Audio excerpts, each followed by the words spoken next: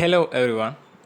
2020 July മാസം 24 OTT പ്ലാറ്റ്ഫോമായ Disney plus ഹോട്ട്സ്റ്റാറിൽ റിലീസായ ദിൽ ബിച്ചാരെ എന്ന് പറയുന്ന ഒരു ബോളിവുഡ് മൂവിയെ പറ്റിയിട്ടാണ് ഇന്ന് പറയാൻ പോകുന്നത്. വളരെ ഷോർട്ട് വീഡിയോ ആണ്. സിനിമയുടെ കഥയും അതൊന്നും അല്ല, കാരണം നിങ്ങളത് കാണേണ്ട സിനിമയാണ്. അപ്പോൾ സസ്പെൻസ് കളയാൻ പറ്റില്ലല്ലോ. കാണാത്തവരുണ്ടെങ്കിൽ കാണണം. ഓക്കെ, ഒരുവിധപ്പെട്ട എല്ലാവരും കണ്ടിട്ടുണ്ടാവും.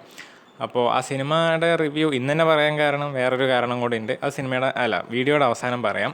ഓക്കെ, അപ്പോൾ സിനിമയെ പറ്റി പറയുന്ന സമയത്ത് the fault in our stars എന്ന് പറഞ്ഞ് ജോൺ ഗ്രീൻ എഴുതിയ ഒരു പുസ്തകമുണ്ട്. അതേപോലെ തന്നെ ആ നോവലിനെ ബേസ് ചെയ്തിട്ട് ഒരു സിനിമയും കൂടി ഉണ്ട്. സിനിമയുടെ പേരും the fault in our stars തന്നെയാണ്. അത് പലരും കുറേ പേര് കണ്ടിട്ടുണ്ടാവും. 2014-12 ഇറങ്ങിയ ഒരു സിനിമയാണ്, ഹോളിവുഡ് സിനിമ. ആ സിനിമ അതിൻ്റെ ഒരു ഇന്ത്യൻ വേർഷൻ എന്ന് വേണമെങ്കിൽ പറയാം ഈ സിനിമ. ഇത് ഡയറക്റ്റ് ചെയ്തിരിക്കുന്നത് മുകേഷ് ചാബ്ര എന്ന് പറയുന്ന വ്യക്തിയാണ്. കാസ്റ്റിങ്ങിനെ പറ്റി പറയുന്ന സമയത്ത് നായകനായിട്ട് വരുന്നത് മാനി എന്നാണ് നായകൻ്റെ പേര്. ആ കഥാപാത്രം ചെയ്തിരിക്കുന്നത് സുശാന്ത് സിംഗ് രജ്പുത്താണ്. ആൻഡ് നായിക ചെയ്തിരിക്കുന്നത് കിസി എന്നാണ് നായികയുടെ പേര്. നായിക കഥാപാത്രം ചെയ്തിരിക്കുന്നത് സഞ്ജന സംഗി എന്ന് പറയുന്ന വ്യക്തിയാണ്. ഓക്കെ, അപ്പോൾ ഇനി സിനിമ നടക്കുന്നത് എവിടെയാണെന്ന് പറയാം. ജംഷഡ്പൂരിലാണ് നടക്കുന്നത്. സ്റ്റോറി എന്ന് പറയുന്ന സമയത്ത് ജസ്റ്റ് ഒന്ന് പറഞ്ഞുതരാം. അതായത് 2 ക്യാൻസർ പേഷ്യൻസ് ആണ്, നായകനും നായികയും ക്യാൻസർ പേഷ്യൻസ് ആണ്. അവർ ലൈഫിനോടുള്ള ഒരു ഫൈറ്റ് എന്നൊക്കെ പറയില്ലേ, അതുപോലെ ഉള്ളൊരു സിനിമയാണത്. അപ്പോൾ ക്ലൈമാക്സ് ഒക്കെ സൂപ്പറായിട്ട് ചെയ്തു വെച്ചിട്ടുണ്ട്. കുറേ കാലത്തിന് ശേഷം ചെറുതായിട്ട് കണ്ണ് നനഞ്ഞൊരു സിനിമയാണ്. അതിന് കാരണം നായകൻ തന്നെയാണ്, സുശാന്ത് സിംഗ് രജ്പുത്ത്. അതവിടെ നിൽക്കട്ടെ. ബാക്കി കാര്യം പ്രൊഡക്ഷൻ ചെയ്തിരിക്കുന്നത് ഫോർത്ത് സ്റ്റാർ സ്റ്റുഡിയോസ് തന്നെയാണ്. അവർ തന്നെയാണ് ദ ഫോൾട്ട് ഇൻ അവർ സ്റ്റാർസും ചെയ്തിരിക്കുന്നത്.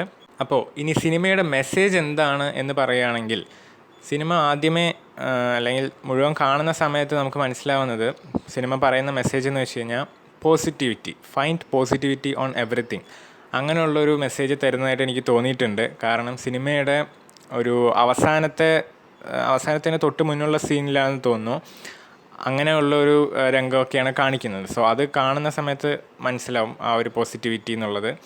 പിന്നെ എനിക്ക് തോന്നിയിട്ടുള്ളത് ഹോപ്പ്. എല്ലാത്തിലും ഒരിക്കലും ഹോപ്പ് കൈവിടരുത് എന്നൊക്കെ നമുക്ക് പലരും പറയുന്നത് കേട്ടിട്ടില്ലേ, അതുപോലെ തന്നെയാണ് എനിക്ക് തോന്നിയിട്ടുള്ളത്. പ്രതീക്ഷ എപ്പോഴും കൂടെ ഉണ്ടാവണം. ഓക്കെ, പിന്നെ എനിക്ക് തോന്നിയിട്ടുള്ളൊരു മെസ്സേജ്, അതായത് സിനിമ കണ്ടതിന് ശേഷം എനിക്ക് തോന്നിയൊരു മെസ്സേജാണ്. അതായത് മെമ്മറി റിമെയിൻസ്, മനസ്സിലായില്ലേ? അതായത് നമ്മൾ ഇല്ലെങ്കിലും നമ്മളുടെ മെമ്മറീസ് ഉണ്ടാവും എന്ന് പറയില്ലേ, അതുപോലെ തന്നെയാണ് സിനിമയിലും ഉള്ളത്. അത് സിനിമയുടെ ലാസ്റ്റ് സീന് കാണുന്ന സമയത്ത് മനസ്സിലാവും. അപ്പോൾ പിന്നെ അങ്ങനെ എനിക്ക് പറയാൻ, അല്ലെങ്കിൽ എന്നെക്കൊണ്ട് അങ്ങനെ തോന്നിപ്പിച്ചതെന്ന് വെച്ച് കഴിഞ്ഞാൽ മേ ബി നായകൻ തന്നെയായിരിക്കും, സുശാന്ത് സിംഗ് രജ്പുത്ത്. ഇനി സിനിമ ആരെങ്കിലും കാണാൻ ബാക്കിയുണ്ടെങ്കിൽ, കാണാത്തവരുണ്ടെങ്കിൽ കാണുക. ഡിസ്നി പ്ലസ് ഹോട്ട്സ്റ്റാറിൽ അവൈലബിൾ ആണ്. കുറച്ച് കണ്ണ് നിറയുമായിരിക്കാം, കുഴപ്പമില്ല. ഒരു അടിപൊളി സിനിമയാണ്, കണ്ടിരിക്കാൻ പറ്റുന്ന, എന്താ പറയുക, കുറച്ച് വിഷമമൊക്കെ ആവുമെങ്കിലും റിയാലിറ്റി ഓഫ് ലൈഫ് നമുക്ക് മനസ്സിലാവും. അപ്പോൾ ഈ സിനിമയുടെ റിവ്യൂ ഇന്ന് തന്നെ ഇടാൻ കാരണം, അതായത് 14th ജൂൺ തന്നെ ഇടാൻ കാരണം എന്ന് വെച്ച് കഴിഞ്ഞാൽ, സിനിമയിലെ നായകൻ സുശാന്ത് സിംഗ് രജ്പുത്ത് മരിച്ച ദിവസമാണ്. 4 വർഷം മുന്നേ ഈ ദിവസമാണ് അദ്ദേഹം മരിച്ചത്. അപ്പോൾ അതവിടെ നിൽക്കട്ടെ. ഓക്കെ, അപ്പോൾ അത്രേ ഉള്ളൂ. ബൈ. അടുത്ത വീഡിയോയിൽ കാണാം.